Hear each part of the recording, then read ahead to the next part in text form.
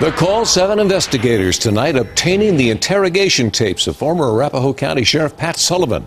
The more than 3-hour interview coming only hours after a sting was set up to capture the former sheriff in a meth for sex investigation.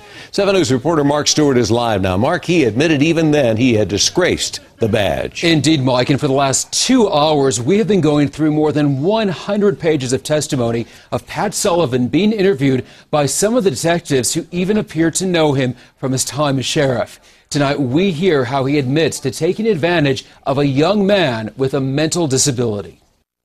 A person as ethical as you are, a person in your position, doesn't have to try not to lie. You're forcing yourself to lie because you're scared. Yes, there's no doubt about that. But I'm also trying to be honest. But, So let me ask you, let's take it piece by piece. Did you ever provide GHB? Yes. You remember doing that? Yes. Throughout the 3-hour interview, Sullivan talks about his hotel room visits for sex and his secret life. There were times you did take advantage of sexually. Tell me I'm wrong.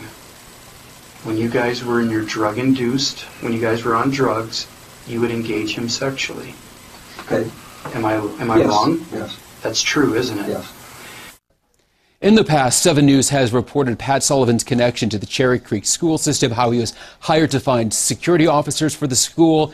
In the interview, he admits he never had contact with the children from the schools, but it is very clear that Sullivan lived a life of conflict and was under the influence of drugs and alcohol frequently. Live in the newsroom tonight, Marc Stewart, 7 News. Thank you, Marc. The former sheriff, Pat Sullivan, sentenced to 30 days in jail. He only served 17 because of the provision, that is called good time served.